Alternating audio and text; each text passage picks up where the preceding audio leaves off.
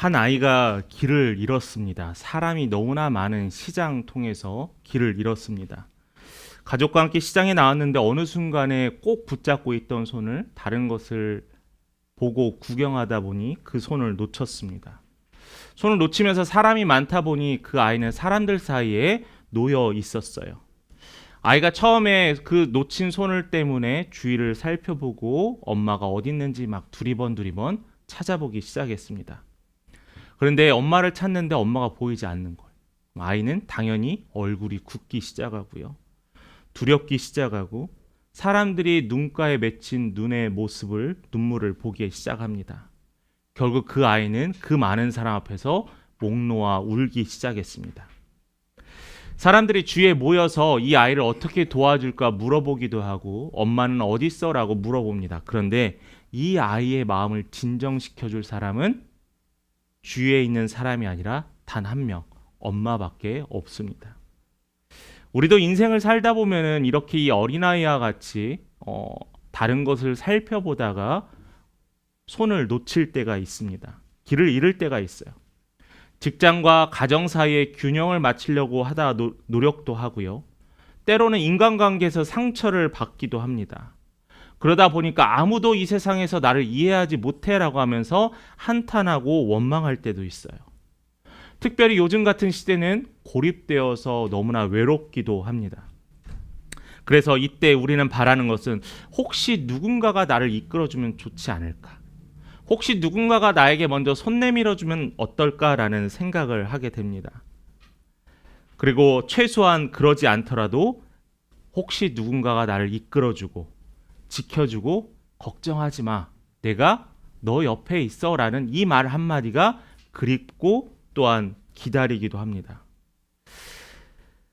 성경은 우리를 양에 비유합니다. 이건 너무나 우리가 잘 아는 이야기이기 때문에 양의 특징은 방향 감각이 없고 위험을 잘 인지하지 못하고 또 그러다 보니까 혼자 살기 어렵습니다. 왜냐하면 무리를 지어야지 그 위험에 덜 노출되기 때문이죠. 맞습니다. 이 양은 누군가의 돌봄이 없이는 생존 자체가 참 힘든 동물이기도 해요. 그래서 양에게는 절대적인 존재가 있는데 바로 누구냐면은 목자입니다. 그 양을 돌보는 목자라는 거죠. 목자의 음성을 듣고 따라갈 때만 길을 잃지 않고 맹수로부터 보호받고 특별히 또 얌전하고 평화로운 풀밭과 물가로 인도받을 수 있기 때문이죠.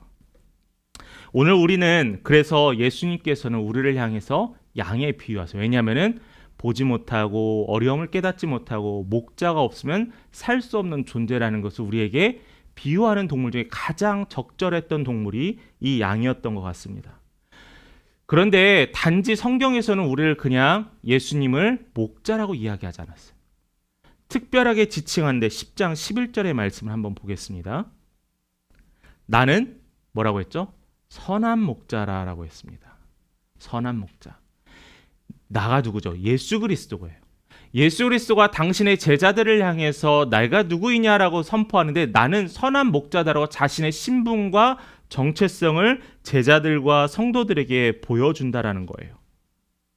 단순히 예수님은 우리를 그냥 끌고 우리를 인도하고 우리가 잘 살찌게 하고 털이 풍성하게 하는 것이 예수가 아니라는 거예요. 예수는 우리를 모든 상황과 환경에서 이끄시고 보호하시는 분이 바로 예수 그리스도라는 것을 우리에게 선언하시는 겁니다.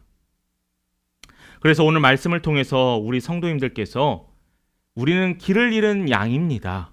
우리는 다 양 같습니다라는 고백과 함께 그렇다면은 우리를 끝까지 책임져 주실 선한 목자인 예수 그리스도를 바라보고 나를 붙잡아 주시고 나를 인도해 달라는 이러한 고백이 오늘 말씀의 시간을 통해서 여러분의 입술을 통해 고백되어질 간절히 소망합니다.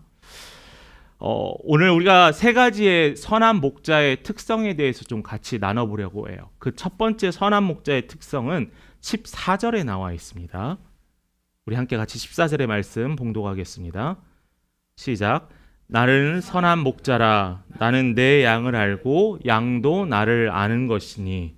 자, 첫 번째 우리가 선한 목자의 특징은 뭐냐면은 선한 목자는 우리를, 선한 목자는 나를 아시는 분이라는 거예요. 선한 목자는 나를 안다라는 겁니다. 자, 여기서 여러분 안다라는 게 뭐예요? 여러분 누구누구를 알고 내가 그 지식은 알고 그 뉴스는 알고 단순하게 무엇을 안다, 단순하게 어떤 정보를 얻는다라는 게 안다라는 게 아니에요.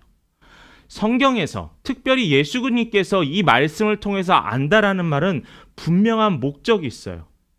정보가 아니라 머리로 하는 것이 아니라 마음으로 한다는 거예요. 마음. 이 마음으로 연결되어 있다는 것이 안다라는 겁니다. 우리가 세상 그냥 지나가다가 이 사람 저 당신 알아요. 그냥 그런 게 아니라 이 사람의 출신과 배경과 생각과 다양한 것들을 안다라고 서로 소통할 때 안다라는 거예요. 자, 그렇다면은 14절에 기록되어 있는 이 말씀에 예수님께서 뭐라고 하냐면은 나는 선한 목자인데 내 양을 안다라는 거예요. 조금 더 구체적으로 얘기를 해볼까요? 부부 사이에 눈빛만 봐도 아시나요? 슬픕니다. 예, 아시길 바랍니다. 부모와 자녀 사이는 눈빛만 봐도 아나요? 근데 대부분 왜 너는 내 마음을 이해를 못해? 라고 하죠. 자, 그런데 전형적인 우리의 목표에 대해서 얘기해 봅시다. 부모가 자녀를 굳이 말하지 않아도 저 자녀가 어떤 생각을 갖고 있는지, 혹시 내 남편이 지금 어떤 마음이 있는지, 내 아내가 어떤 생각을 품는지 눈치채고 알듯이 예수님께서도 우리의 눈빛만 보고 우리의 마음을 보시고 우리의 어떤 생각을 읽을 수 있다라는 거예요. 예수님께서는 이뿐만 아니라 우리가 어떤 것에 힘들어하고 지금 어떤 상황에 말 못할 만한 상황이 있고 한지 예수님께서는 다 아신다는 거죠. 우리가 사는 세상에 시선은 마치 우리를 부모처럼 따뜻하게 안아주는 건 아닌 것 같습니다. 세상의 시선은 우리를 끊임없이 평가해요. 그냥 평가하는 것에서 멈추는 게 판단도 합니다. 그래서 때로는 그런 시선 앞에서 계속 평가받다 보니까 자존감이 낮아지는 우리 시대의 사람들 정말 많기도 하고요. 또 그러다 보니까 마음도 움츠러들고 섣불리 무엇인가 도전하는 것에 대해서 걱정하고 조마조마해합니다. 또 이것뿐인가요? 외모나 들고 있는 가방으로 그 사람을 평가합니다. 저도 별로 가방이나 명품에 관심이 없거든요. 근데 자꾸 듣다 보니까 저건 뭐고 저건 뭐고 저건 비싸고 그게 머리에 계속 남더라고요. 별로 신경을 쓰지 않는다고 하는데도요. 그러다 보니까 SNS나 인스타나 대중문화의 시선에 따라서 이래야 사랑받는구나, 이래야 유행을 따라가는구나, 이래야 멋쟁이구나 라고 생각해요. 그러다 보니까 나 자신, 내 스스로의 행복의 기준이 아니라 다른 사람의 평가의 기준과 다른 사람의 시선이 나의 행복의 기준이 되는 거예요. 저도 자녀를 키우다 보니까 사자 직업을 바라기도 합니다. 바랬었을 때가 있었어요. 왜냐하면 눈에 보여지고 또 여유로운 삶이 아직까지는 보장이 되니까요. 그런데 그것뿐만 아니라 눈에 보여지는 거더라고요. 어떤 목사님 자녀는 이번에 어디에 갔대. 어떤 목사님 자녀는 누구의 딸과 결혼했대. 아들과 결혼했대. 그게 평가의 기준이 되는 거예요. 의식하지 않고 살아갔더니 세상의 기준은요, 나의 행복이 아니라 다른 사람들의 평가의 기준이 행복이 되고 있는 불행한 시대를 우리가 살아가고 있다는 거예요. 또 이것뿐인가요? 직장이나 가정에서 여러분들 실수할 수 있죠. 그렇죠? 실수할 수 있습니다.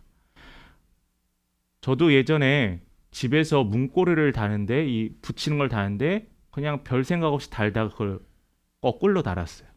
그러면은 가족들이 저를 뭐라고 할까요? 축복합니다. 실수할 수 있어요라고 하기보다는 다 우리 왜 이걸 거꾸로 달았어? 라는 게 그거부터 나오잖아요. 직장에서도 마찬가지예요. 실수하다 보면은 그 사람이 움츠러들더라고요. 실수하다 보니까 계속 무엇을 해야 될지 어떻게 해야 될지 알지 못하는 시대에 살고 있습니다. 압박도 받고요. 또한 실수 때문에 무엇을 도전하기에 어려운 상황과 환경에 처하게 됩니다. 그럴 때 우리는요, 움츠러들어요. 세상의 시선은 우리를 조건으로 평가하고 때로는 등급도 매기고요. 자꾸 비교하게 만들어요. 그런데요, 여러분, 희망이 있습니다. 예수님은요, 여러분을 평가하지 않으신대요. 기쁘지 않으세요? 예수님께서는 여러분들의 옷이나 여러분들의 가방이나 여러분의 차로 여러분을 평가하지 않으신대요.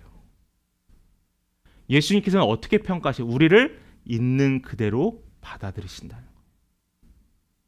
전 이게 참 감사해요. 그 증거가 있습니다. 요한복음 10장 3절에 한번 보면은 문지기는 그를 위하여 문을 열고 양은 그의 음성을 듣나니 그가 자기 양의 이름을 각각 불러 인도하여 내느니라 라고 했어요. 여러분, 여기서 목자가요, 문지기가요, 뭘 한대요? 양의 이름을 각각 한대요. 양의 이름을 부른다는 것은 사람을 개별적으로 알고 기억한다라는 의미입니다. 수많은 양 가운데 그 각각의 양들의 이름을 다 알고 있다라는 거예요. 수많은 무리 중에 한 명이 아니라 대한민국 사회에 그냥 대한민국 사람이 아니라 여러분들의 이름을 다 한 명 한 명 알고 있대요. 누가요? 문지기가요. 누가요? 예수 그리스도가요. 단지 그냥 그 무리 속에서 돌보고 그냥 책임만 지는 것이 아니라 여러분들의 이름을 기억한다는 겁니다. 여러분들이 오랜만에 동창회에 갔습니다. 학교의 친구들과 함께 선생님을 은사를 만나러 갔어요. 근데 그 선생님께서 저를 딱 보자마자 오랜만이야 하면서 제 이름을 불러줍니다. 그럼 여러분들의 마음에 어떤 생각이 들겠어요? 아, 선생님이 내 이름을 기억하시네. 기쁠 거예요. 좋을 거예요. 저와의 추억과를 이야기하신다면 선생님에 대해서 더 특별한 감정을 느낄 겁니다. 그런데요, 그 예수님도요, 여러분들의 하나하나 일거수일투족을 다 안다라는 거예요. 그러면서 여러분들을 향하여서 누구누구야 라고 하면서 당신의 문을 열어주신다라는 거예요. 예수님은 나라는 사람의 인생 전체를 아시는 분입니다. 어떤 가정에서 자라고 어떤 상처를 겪었고 누가 무엇을 체험했고 무엇을 경험하고 무엇을 두려워하는지 다 아시는 분이라는 거예요. 때로는 나도 알지 못하는 것 또한 아신다라고까지 예수님께서는 이야기해 주셨어요. 그리고 그것으로 인하여 나를 평가하지 않으세요. 세상에서는 나에게 많은 것들을 위하여 평가하지만 예수님은 나를 사랑의 대상으로 그냥 있는 그대로 받아주신다는 거죠. 뿐만 아닙니다. 예수님께서 우리를 아는 것뿐만 아니라 우리의 사정도 알아주세요. 마태복음 6장 8절의 말씀을 같이 읽어보셨으면 좋겠습니다. 같이 읽겠습니다. 그러므로 그들을 본받지 말라. 구하기 전에 너희에게 있어야 할 것을 하나님 너희 아버지께서 하시느니라. 아멘. 여러분, 이 말씀 아멘 해야 돼요. 왜요? 예수님 우리의 사정을 안 돼요. 여러분, 그런 거 있잖아요. 누가 내가 특별히 말하기 전에 나의 필요를 알고 사주거나 도와주면 여러분 마음이 어때요? 너무나 좋잖아요. 가장 먼저 좋은 건 받아서 좋고요. 두 번째로 좋은 건 저 사람이 나를 생각하고 있구나라는 게 나에게 위로가 됩니다. 그런데 예수님께서 말씀에서 선포하셨던 게 뭐냐면은 이미 너희가 구하기 전에 하나님께서 너희를 위하여 준비하셨다라는 거예요. 이것만치 은혜롭고 이것만치 감사할 일이 뭐가 있어요? 내가 무엇을 구하여 하나님 내가 지금 어렵습니다. 하나님 내가 무엇을 얻어야 합니다. 내가 무엇을 채워야 합니다라고 구하기 전에 하나님께서는 이미 나를 필요를 아시고 이미 하나님께서는 준비하고 계신다라는 거예요. 이 사실에 얼마나 우리가 위로가 되고 이 사실에 우리는 얼마나 감동이 됩니까? 우리가 감당하지 못해 숨기고 싶었던 상처, 말 못할 만한 아픔, 혼자 끌어안고 있을 만한 이러한 아픔까지도 예수님께서는 아신다라고 이야기하세요. 그런데 아는 것에서 멈추는 게 아니라 우리를 책망하지 않으세요. 우리의 연약함을 꾸짖지 않으세요. 오히려 예수께서는 우리 안에 오셔서 그 연약함을 강함으로 변화시키는 분이 바로 우리 예수 그리스도라는 거예요. 선한 목자는 예수는 아는 분입니다. 나보다 나를 더 잘 아는 예수, 그 더 잘하는 예수님께서 여러분들을 향해서 뭐라고 하시면 너는 나의 소중한 한 사람이다라고 예수께서 선포하셨다라는 거예요. 자, 그럼 우리 두 번째로 나눠볼 겁니다. 두 번째는 뭐냐면은 예수님께서 우리를 선한 목자는 우리를 지키신다는 거예요. 지키신다는 거. 양의 특성에 대해서도 이야기했지만은 양은 스스로 자신을 지킬 수 없습니다. 천적이 나타나도 양 다리 보셨어요? 짧잖아요. 양의 몸은 이렇게 큰데 양의 다리는 짧으니까 쫄랑쫄랑 걷다 보니까 일이나 늑대에 쉬운 밥이 될 뿐입니다. 또한 이 양은요, 눈이 잘 보이지 않아서 방향 감각도 어색해요. 그러다 보니까 막 도망가는데 자기 나름은 어디를 향해 가냐? 절벽을 향해 가서 결국 떨어져 죽게 되는 일도 있습니다. 그렇게 스스로 보호하려는 본능이 약해요. 그런데 이런 양에게 가장 중요한 게 뭘까? 뭘 것 같으세요? 목자입니다. 목자. 목자가 곁에 있느냐 없느냐에 따라서 그 사람의 생사가 갈림길에 있는다는 거예요. 보호할 목자가 없으면 이 양은 죽을 수밖에 없어요. 오늘 하루 운이 좋아 오늘은 살아갈 수 있지만 내일도 어떻게 될지는 우리는 예측하거나 예상할 수 없다라는 거예요. 그런데요, 양은요 그냥 목자가 필요한 게 아니에요. 말씀에 기록된 대로 선한 목자입니다. 11절 말씀 같이 읽어봅니다. 그 선한 목자의 특징에 대해서 이야기하고 있어요. 시작. 나는 선한 목자라. 선한 목자는 양들을 위하여 목숨을 버리거니와. 양들을 위하여 목숨을 버리는 자가 누가요? 선한 목자라는 거예요. 이 말씀은 그냥 하는 말이 아닙니다. 이 말씀을 예수님께서는 직접 보여주셨어요. 실제로 우리를 지키기 위하여, 우리를 살리기 위하여 예수님께서 십자가에 달려 돌아가셨잖아요. 우리가 죽어 영혼이 이 땅에 그 지옥불에 떨어질 수밖에 없는 우리의 영혼이 예수의 십자가에서 죽음으로 말미암아 우리는 영생을 얻을 수 있는 기회를 얻게 됐잖아요. 그게 바로 십자가에서 얻는 생명이라는 겁니다. 그러니까 세상에서 말하는 그 어떤 희생보다도 완전하고 완벽한 희생이 바로 이 희생의 보호였다라는 거죠. 그런데 예수님은 선한 목자라고 선포하시면서 목숨을 내어놓을 수 있다라고 이야기하는데, 그런데 예수님께서 걱정하는 장면이 있어요. 12절의 말씀을 볼까요? 사꾼에 대해서 이야기합니다. 사꾼은 목자도 아니다라고 이야기해요. 사꾼은 어떤 특징이 있냐면은 제 양이 아니니까 이리가 오면은 도망가 버린다라는 거예요. 선한 목자는 자신의 양을 위해서 보호하기 위해서 목숨을 버릴 수 있는 그런 사람이 목자여야 되는데, 그런데 목자인 척하는 사꾼들이 등장한다는 겁니다. 사꾼의 특징은요, 양을 사랑해서 사꾼이 된 게 아니에요. 그들은 돈을 위해 일하는 자입니다. 자신의 목숨이 위협받으면은 내가 겨우 이 돈 받기 위해서 목숨을 내놔야 돼 하면서 그는 과감하게 떠나거나 도망가요. 그리고서 남아있는 양들은 그에게는 중요하지 않습니다. 그는 다른 일자리를 찾으러 가면 되기 때문이죠. 돈으로 고용되었는데 그에게 책임감을 요구하는 것은 어떻게 보면 주인의 욕심일 수도 있습니다. 지금 시대에도 사꾼의 모습들은 등장합니다. 사꾼의 모습들은 단지 교회 내의 직분자만이 아니라 우리의 일상 속에서도 겉으로는 잘 돌보고 겉으로는 사랑하는 것 같지만은 결국 드러나더라고요. 우리가 사는 세상은 결국에는 드러나더라고요. 선한 의도가 아니면 나중에는 밝혀지더라고요. 교회 안에서는 당연히 마찬가지지 않겠습니까? 이런 부류의 사람들입니다. 책임 없는 리더나 지도자들이 사꾼이에요.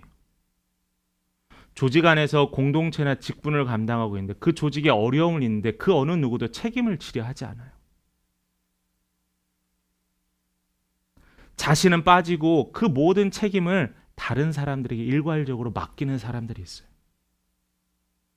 뿐만 아니라 또한 사람과의 관계에서도 진심이 없는 사람들도 또한 있습니다. 친구와 동료와 평상시에는 웃고 이야기를 하며 안부를 묻지만은 그 사람에게 위기나 최소한 그 사람에게 도움의 손길이 필요할 때는 외면한다라는 거예요. 모른 채 한다는 거죠. 진짜 도움이 필요할 때는 그 어느 누구도 손을 내밀지 않을 때가 있다라는 겁니다. 그러나 선한 목자이신 예수님은 다르다라고 이야기를 하고 있어요. 양을 자신의 생명처럼 사랑하시고 양을 위해 자신의 생명을 내놓았습니다. 단지 물리적인 보호만이 아니라 선한 목자는 우리의 마음과 영혼도 지키신다는 거예요. 성경에 기록되어 있잖아요. 나쁜 것에 대해서 미혹되지 않게 우리의 마음을 지키시는 분이 누구라고요? 예수 그리스도라는 거예요. 좌로나 우로나 치우치려 할 때 우리의 마음을 지키시는 분 누구라고요? 예수 그리스도라는 거예요. 악한 자들이 미혹되는 말로 비슷하게 말씀과 복음을 시작하지만 끝은 전혀 다른 이단의 자들을 향해서 우리의 믿음을 지키신다라고 약속하셨습니다. 여러분, 이런 일도 있어요. 여러분이 간곡히 부탁하는 것은 우리가 절망에 빠질 때, 때로는 실패했을 때 우리는 어떤 일이 생기냐, 믿는 자의 믿음이 흔들려요. 하나님 살아계신 거 아닌 거 아닐까? 하나님 왜 내 기도를 들어주지 않는 거지? 믿음이 흔들립니다. 이미 내가 과거에 하나님을 경험하고 예수를 체험했지만은 체험은 체험이고 지금의 내가 어려운 상황에서 예수에 대한 신뢰가 무너져가고 있어요. 그러다 보니까 교회 자리에 앉아서 예배를 드리는 게 기쁨이 안 돼요. 내가 왜 예배를 드리냐면서 질문을 합니다.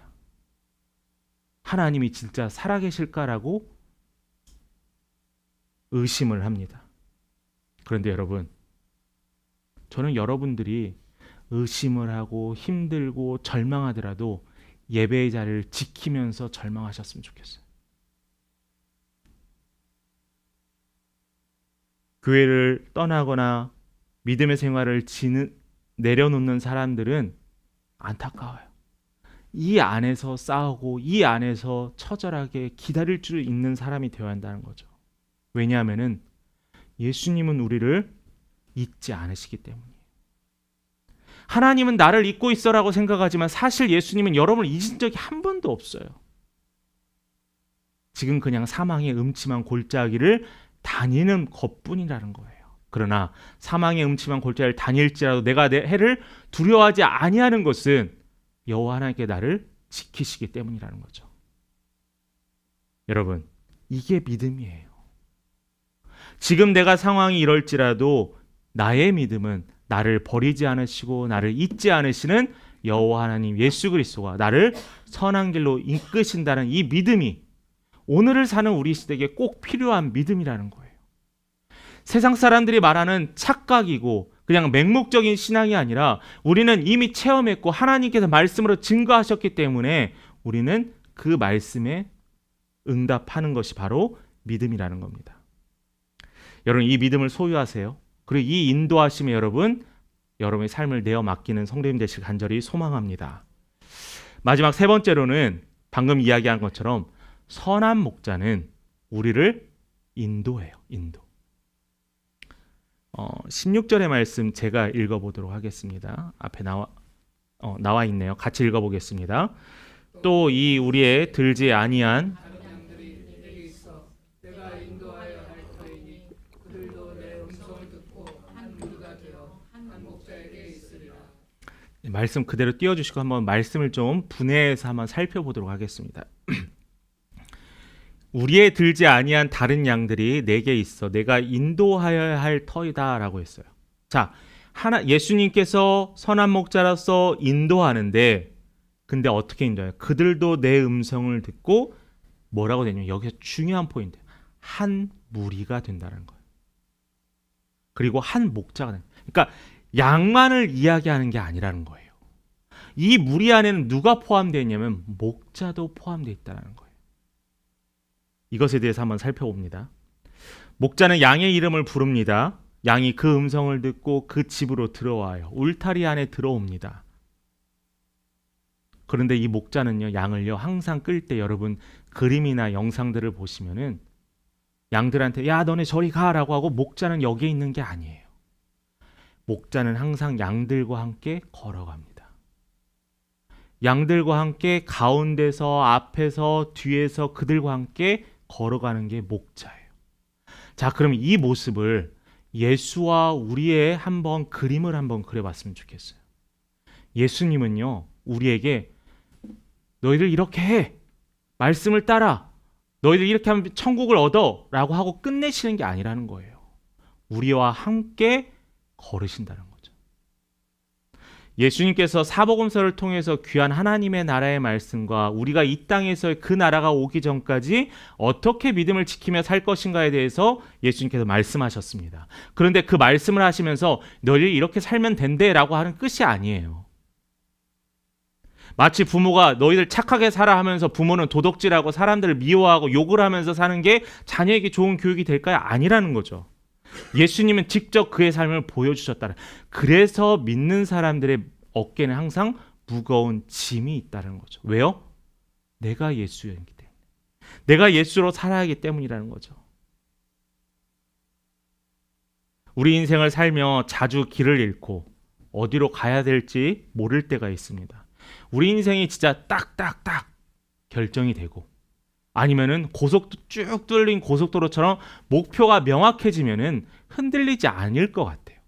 지금보다는 덜 흔들릴 것 같아요. 그런데 우리의 삶은 너무나 안개도 많이 끼고 길도 꼬불꼬불하고 때로는 그 길에 잘못 들 때도 있다라는 거예요. 미래가 불확실하다는 이유로 불안에 휩싸일 때가 있습니다. 그러나 우리는 우리의 선한 목자는 나보다 길을 더 잘 아시고 이미 걸으셨던 그 길을 예비하시면서 우리에게 가장 좋은 길로 인도하신다라는 거예요. 저는 이게 너무나 감사합니다. 시편 23편에 이러한 이야기가 있습니다. 우리에게 어려운 환경에서만 인도하시는 예수 그리스도가 아니라 하나님이 아니라 우리에게 푸른 초장에서 쉴 만한 물가로 인도하신다라고 했어요. 푸른 초장이 어디예요? 편안하게 먹고 쉴 수 있는 안전한 곳이죠. 그곳뿐만 아니라 그곳에서도 예수님은 우리와 함께 하신다는 거예요. 우리의 피로와 지친 마음을 돌보시고 회복의 장소로 이끄십니다. 삶이 고단할 때 예수님께서는 잠시 우리를 멈추게 하시고 우리의 영혼이 회복되기를 기다리고 소망하신다는 거죠. 자, 그런데 인도하심에 여러분이 기억해야 될 게 하나 있어요. 뭐냐면은 인도하심은 미래에 대한 소망이 아니에요. 그러니까 내가 지금 너무나 힘들고 내가 지금 너무나 어려운데 나중에는 잘 되겠지라고 하는 그냥 막연한 미래나 소망이 아니라는 거예요. 인도하심이라는 것은 현재입니다.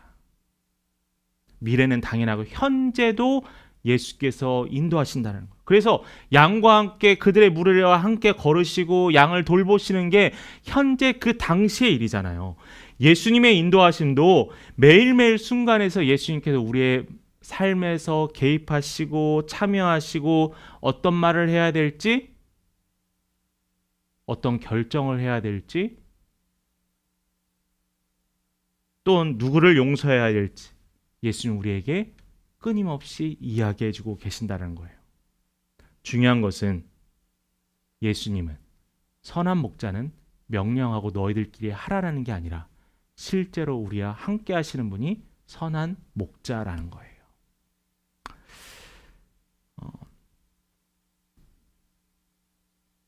주님은 단지 방향을 제시하는 분이 아니라 그 길의 동역자, 동행자라고 했습니다.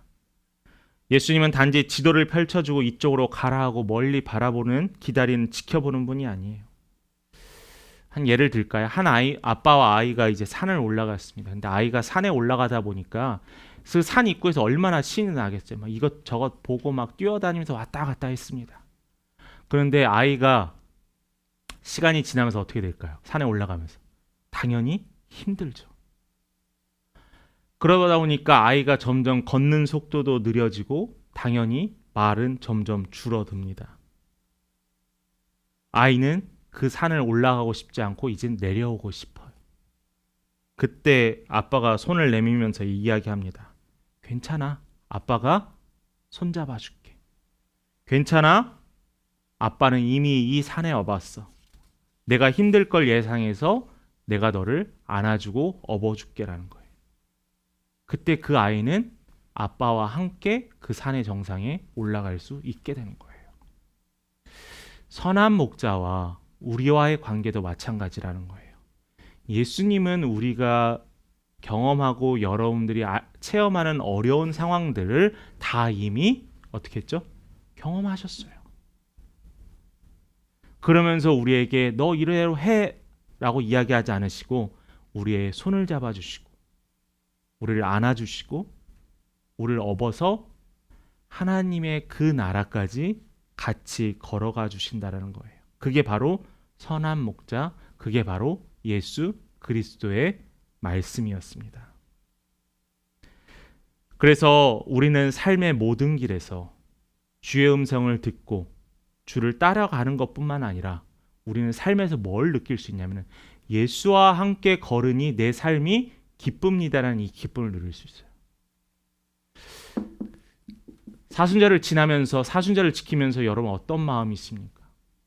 사순절에는 예전에 부활절 때 또 고난주간에 하얀 소복을 입고 참여하는 마음으로 신앙생활하고 돌아다니는 게 사순절을 지키는 것만이 아니에요. 그것도 하나의 모습일 수 있죠. 근데 진짜 사순절은 뭐냐면은 예수께서 나의 죄를 위해 십자가에 달려 돌아가셨다는 이 사실을 믿음으로 말미암아 내 안에는 뭐가 있냐면 기쁨이 있다는 거예요. 부활에는 감사가 있다는 거예요. 왜냐하면 우리에게는 부활에 대한 소망이 있을 수 있으니까요.